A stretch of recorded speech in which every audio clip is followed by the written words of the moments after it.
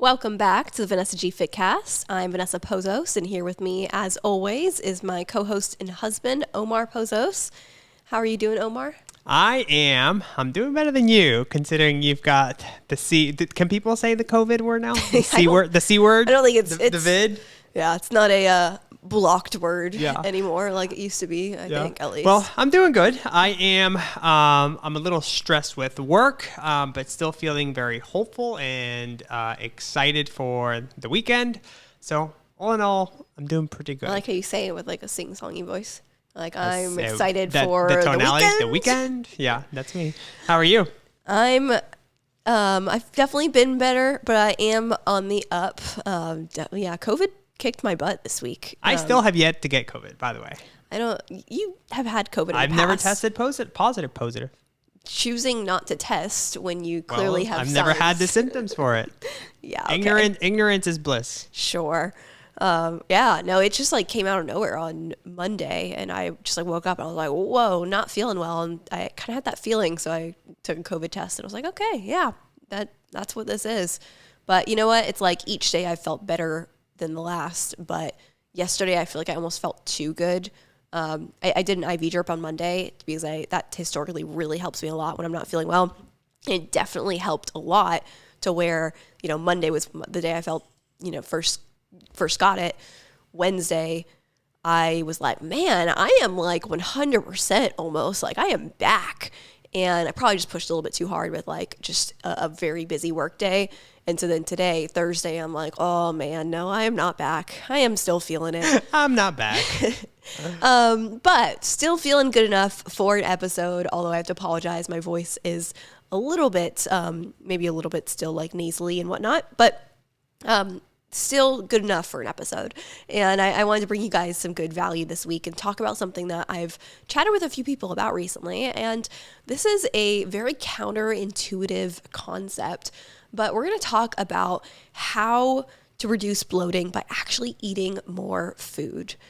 This is something that I think a lot of people are surprised to hear about because a lot of people, tend to find themselves with bloating to where now they're like, oh, I can't eat very much. I'm going to eat less because when I eat, I get bloated. And, they just kind of find themselves in this pattern of chronically undereating, wanting to feel leaner, wanting to look leaner. And that backfires. It really ends up putting them actually in a worse spot. And we're going to talk about that a little bit here today. Yeah, and you're right. It is very counterintuitive because it literally goes against everything that people are out there, right? It's like, oh, well, if gluten causes, this, or if dairy causes this, or if that food causes it, I'm just going to eliminate it, which is, I think, what a lot of people do. And to your point, it's not about eating less. I think it's just figuring out why those symptoms are happening to begin with. Yeah, and to be fair, eliminating certain foods may still need to happen. It's more of just like the amount in total that we're eating in terms of like it's calorically. The nourishment part. Yeah, calorically, how much are we eating is really the biggest part of this. Not even so much of like the what, but just like how much. Because if you're not giving your body enough fuel, you are going to continue to find yourself in patterns of being bloated. That's where it's just eating more food, especially the right types of food. If we can really also dial in the types of food, for some people that might mean cutting out gluten and dairy, that might mean focusing on, more fruits and vegetables, that might mean focusing on more protein. Like it really does vary per person what, the right types of food means is going to depend on who you are and what your body specifically needs. But if we can just get it in the right amounts, you would be shocked at how much this can reduce bloating. I see it all the time in clients who come to us, and pretty quickly we're seeing bloating reduced before even getting into like really advanced, fancy functional health protocols. It's like, hey, we're just focusing on nourishing your body well here. And look at that. You're so much leaner. And they're like, this is amazing. I can eat more food and I look better. Like, why would we not love that, right? So let's dive into the why behind it, because a lot of people I think won't believe it until they understand how this actually works. How is it possible that you can eat more food and actually be less bloated? So first thing you need to understand is that when you're eating more food, it's basically like giving your body just more digestive fire, right? So if you have been in this pattern of chronically undereating, you have been just, under eating on calories. Maybe you've been in a place where you're like, I'm just gonna, try and eat clean. And oftentimes when we're focused on really eating clean, sometimes we end up eating less anyway, because those types of foods are gonna be a lot more filling. So if you're not also paying attention to how much you're eating while working on eating more clean, you can find yourself accidentally under eating. Maybe you've been focused on losing weight for a very long time, to where you've just been in a long-term diet, essentially. I know a lot of women who are just like starving themselves at 1,500, 1,200, 800 calories. Like, of course, depending on who you are, it can vary, but a lot of people are under eating. And when you're in this pattern, your metabolism, your digestive function all slows down. So what's happening? If we're not eating enough, your body's actually not going to produce enough stomach acid. You're training your body that like, hey, we don't eat very much food, so we're actually not going to produce very much of these digestive enzymes, very much stomach acid, all these different chemicals that your body needs to be able to break food down, because you're not eating very much. So your body kind of like slows the need for stomach acid, digestive enzymes, all of that. So guess what? Now, when you do eat, that food becomes harder and harder to break down, because your body just becomes very inefficient at producing stomach acid and digestive enzymes. Now your digestion ultimately becomes incomplete, because you could be eating meals, but it first goes into your stomach and you're not getting the stomach acid where it needs to be. So then now it's kind of like a good visual for this is, think about if you were like, I'm going to cook some chicken in a pan, like in a skillet on my stovetop.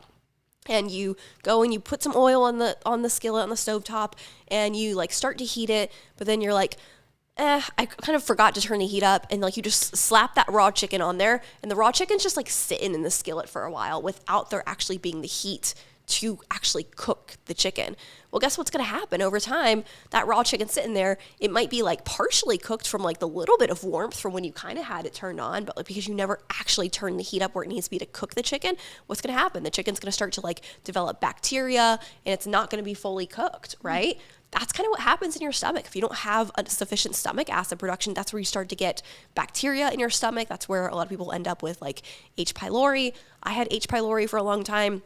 It's a hard one to eradicate because of the fact that there's a lot more to it than just eradicating it. You also have to get your stomach acid, but that's a little bit of a rabbit hole there. No, that was a good analogy. I was like looking at your mannerisms. You're like, I'm cooking the chicken and adding a little bit of oil. And I was like, it makes sense. You're like looking at me like, I was like, do you know how to cook chicken in a stovetop? That is a good point. When was the last time you cooked chicken, baby? I don't have to, because I have a husband who's so great with his grill. Exactly. I cook other things. I just you do. Yeah. But no, that was a good analogy. That helped. Yeah. So it's like, I think especially when it comes to when we're talking about eating enough. So if you start eating enough, like your meals are actually have sufficient amount of calories, and that can vary depending on who you are, what sufficient means. But now you're having sufficient meals, like quantity of meals, and then those meals are calorically sufficient as well. You're getting enough protein in there. You're getting enough healthy fats in there. Now we're starting to really kind of reactivate digestive function, especially when we add in foods that are also like naturally contain digestive enzymes. That can really help as well. And so now your body starts to just get better and better at producing digestive enzymes, stomach acid, and that's where now we can actually digest our food fully. We don't have that, going back to the analogy, you don't have like partially cooked chicken, meaning like partially digested chicken, trying to make its way through your digestive tract because it never got fully cooked, because there wasn't actually enough stomach acid to, cook it, quote unquote. Break it down. Yeah. That's what's happening. That's why you're bloated. You have these chunks of, people are like, oh my God, I'm never gonna eat chicken again. But it's like, if you're not producing enough good stomach acid, now you go and eat the chicken. Now that's actually not getting fully digested, and now you're just not serving your body very well. Anyway, more food in general also really helps with regularity. So again, if you think about being bloated, most of the time when we're bloated, women can also often feel like this feeling of, I just feel like I'm not emptying fully, whether or not they define themselves as constipated, they're like, I feel like I'm not getting everything out of me, right? And I'm just like feeling like feel heavy in my digestive tract. I feel heavy in my gut. It's a very normal feeling.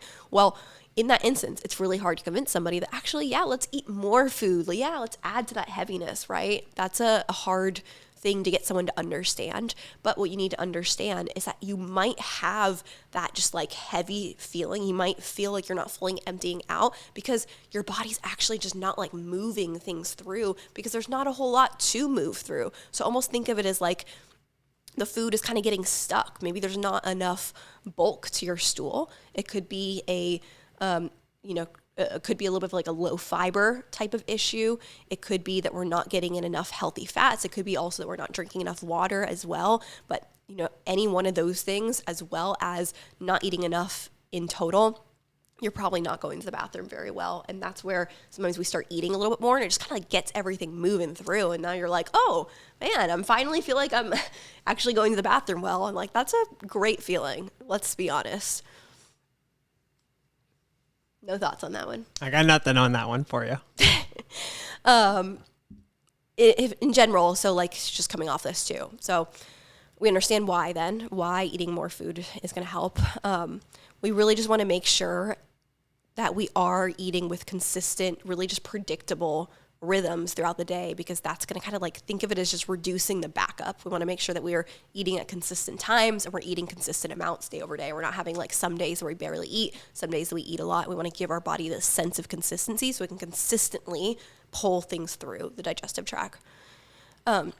Another thing to think about is that is just the stress that undereating puts on the gut. So if you are not eating enough, maybe you're skipping meals, maybe the meals you eat are like really tiny, whether, maybe that's like, I often hear women, they'll just be like, oh, like my lunch was just like a salad with a little bit of grilled chicken, not much on the salad. Guess what? You're really actually probably stressing out your gut from undereating, because when we're not eating enough food, when we're not eating enough enough carbs, not enough calories, we're not getting enough nutrients as a whole, you're probably missing out on essential vitamins like B vitamins and magnesium. You're probably not getting enough electrolytes. You're probably not getting enough of these things that are really, really important for actually getting the nerves in the gut lining to actually work and contract.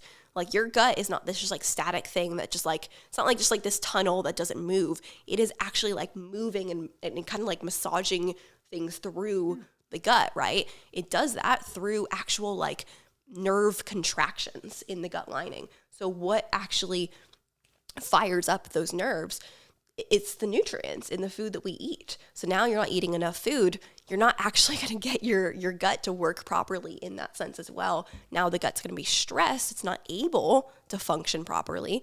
And what's going to happen? You're going to end up with just putting your gut in a bad place, essentially. I did not know that. I thought the gut was just like literally like a bag and you're just storing food into that bag. That was my definition of the gut, but I learned something new today. It's a pretty visual. It's like a sack, basically. Like a skin sack.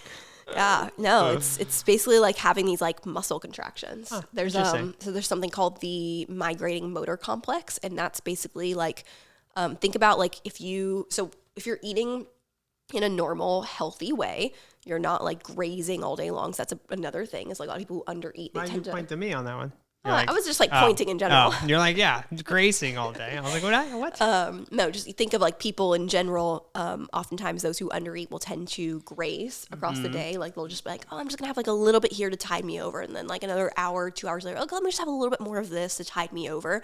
You're never actually letting your gut have a full meal and then be at rest between meals. And that period, it's always working. That period at rest is when the migrating motor complex will kick in, and that's where now it's moving things through. It's good for you to have between meals a little bit of that like growling sensation, that feeling that can actually be a little bit of like the vibration moving things through your gut. It's like my gut's like speaking to me, basically. I'm being serious. I'm not messing around. I'm not being a smartass. Yeah. But also the other thing with this too is like when we talk about stressing the gut out, a lot of people who undereat, they may be leaning a lot on vegetables. Like I saw, oh my gosh, I saw this reel the other day of this woman, and there's no shame to her, but she was like post. It's this sweet girl. Sweet girl. Sweet girl, that girl. I don't like All right, criticizing what was the people reel? What that was I don't the reel? know. But she was promoting postpartum to postpartum women of like, as someone who's lost, a lot of weight postpartum, you just need to stuff your mouth with veggies. And it was like actually literally like her like just like sticking a bunch of like raw vegetables in her mouth. And it's like, oh no, that's really bad advice, Sweet especially girl. for someone who's postpartum who really needs calories. But trying to, that's a common thing is like, think of when women, maybe dieting or like, let me just like eat a ton of vegetables. Like I went through that where it was like, oh gosh, I'm going to eat a lot of raw vegetables and fill myself veggies up. in your mouth like that? No. Oh. But like I went through that period of like, let me just eat a lot of raw vegetables. Oh my gosh. This was like probably when I was in college. I went through a period of time where I would buy like a bag of raw broccoli. Sorry, losing my voice, COVID voice. I'd buy a bag of raw broccoli and a jar of salsa, and I would just like sit on the couch and just like eat like the whole, raw broccoli. eat What is the whole wrong with bag you? of broccoli with salsa because salsa wouldn't. is super low calorie and broccoli is like no calories, and I would make myself get really full on broccoli and salsa. I did not know that. Yeah. Oh, the things that girls would do to try and lose weight. I had no idea. Yeah. So it's like, that's the kind of stuff though of like eating a lot of raw vegetables is really hard in your gut. There's nothing wrong with raw vegetables in moderation, but especially if you deal with bloating and gut issues, you got to cook your vegetables really well. Vegetables are super good for you, but if you're eating them all raw, that's actually really hard for your body to break down and digest. Think of it literally like cooking is actually part of, almost like it could be considered part of the digestive process. You're helping break it down and make it like partially digested in a way. It's kind of like chewing your food. It's kind of like if you chewed up your food like a little baby bird. We're like, here, eat my chewed up food. Yeah, I guess. That COVID brain of yours today. Now you're babe. like, I never want to cook my food again because that's No, I just want you to feed my mouth with that little chewed up food that you've already chewed up yourself. Actually, cut that, Kyle. We're not gonna say that. It's gross. Yeah, let's cut that out. All right. Keep it, Kyle. Fine, you can keep it. I don't care. Anyway, another part of this, we could get into the conversation about a little bit of like the binge and restrict cycle that tends to happen when people undereat. So this is another one I've seen quite a bit, is that those who aim to undereat, those who strive to undereat, strive to diet. I've been there myself in this cycle. Maybe you restrict on weekdays, and then in the weekend you're like, I can't follow this diet anymore. I can't restrict anymore. I'm hungry. I can't do it. Now you go out to dinner on Friday night and you're just like, my eyes are bigger than my stomach and I eat all the things. And afterwards I'm like, oh, I feel sick. My stomach hurts. What do you think is happening? You're getting really bloated, and you're probably going to be bloated for several days. And that's why come Monday, you're like, I need to cut my calories. I need to undereat. And you're not saying I need to undereat. You're saying I need to eat less. I need to undo the damage I did over the weekend, because that's how we perceive it to be, right? But you're just bloated because you overstressed your body because you overate, is what it comes down to. And so what if, and I say what if facetiously because I know what will happen here, is I've seen it time and time again with my clients. I've done this, gone through this process myself. But if you are stuck in a pattern of undereating during the week, overeating on the weekend, the answer is not to just keep undereating during the week and try to stop overeating on the weekend. The answer is actually to not try and fix the overeating part. It's to fix the undereating part. It's to actually try and get yourself to eat more during the week and do so in a healthy, nourishing, hopefully way. Of course, there's a lot more to that conversation of, some people, there might be some psychological things with food that we need to work through. But if we can really try and have more filling, more satiating meals across the weekdays, now you're giving your body enough food, and you may not find yourself, it may not happen right away, but over time you'll find yourself feeling more in control on the weekends, feeling more in control in, maybe it's not the weekends for you, but whatever situation you find yourself. Maybe it's you undereat during the day, but then you find yourself binging just at night every day. Whatever that kind of like yin and yang is for you, if you can find a little bit more balance by actually working on the time that you tend to not eat enough and actually eat more and actually satisfy, actually nourish your body, you'll find that that pull and that desire to overeat on weekends, at nights, whatever that is, it starts to lessen and lessen. You actually feel more in control. And guess what? Now you're not getting bloated because of those times that you're overeating. Here's a perfect example. So I just did some math. So if you were eating 1,200 calories 5 days a week, that's 6,000 calories in a week. And then on the weekend, if you were overeating, let's say now you're eating 2,500 calories, almost double. That puts you at another 5,000 calories. So 6,000 calories during the week, 5,000 calories. That's 1,100 or 11,000. Divide that by 7, you're on average, you're still eating close to 1,600 calories. So it's a lot easier to just eat the 1,600 calories continuously Monday through Sunday, as opposed to eating the 1,200 calories and then overdoing it on the weekend and forcing your body and stomach to work harder. Totally. Yeah. Boom. Numbers. Then really the last part of this that we absolutely have to touch on is how eating and eating enough, getting enough calories affects our hormones and how our hormones affect our bloating. So a lot of us actually are finding ourselves chronically bloated, maybe not just even bloated from meals, but kind of bloated all the time, no matter what you eat. I hear this from like the women who are like, I could drink water and I'm still bloated. It's because it's not even necessarily just you're not bloated from the meals. You're not bloated necessarily from the food you're eating. Like that's a part of the equation, but that's not going to be the thing that fixes it for you. There's deeper things going on in your body. And for a lot of women, that may be hormones. That might be that you are low progesterone. That might be that you are high estrogen. It might be that you are high cortisol. These are all hormones that impact bloat, that impact bloating, that impact water retention, that can feel a lot like bloat and just distension in the body. If we are higher cortisol, that's also going to slow down digestion. If we are low progesterone, that's going to shift the hormone aldosterone, which is a hormone that actually impacts water retention in the body. So there's a lot of pillars that are affected here. There's a lot of just different things at play.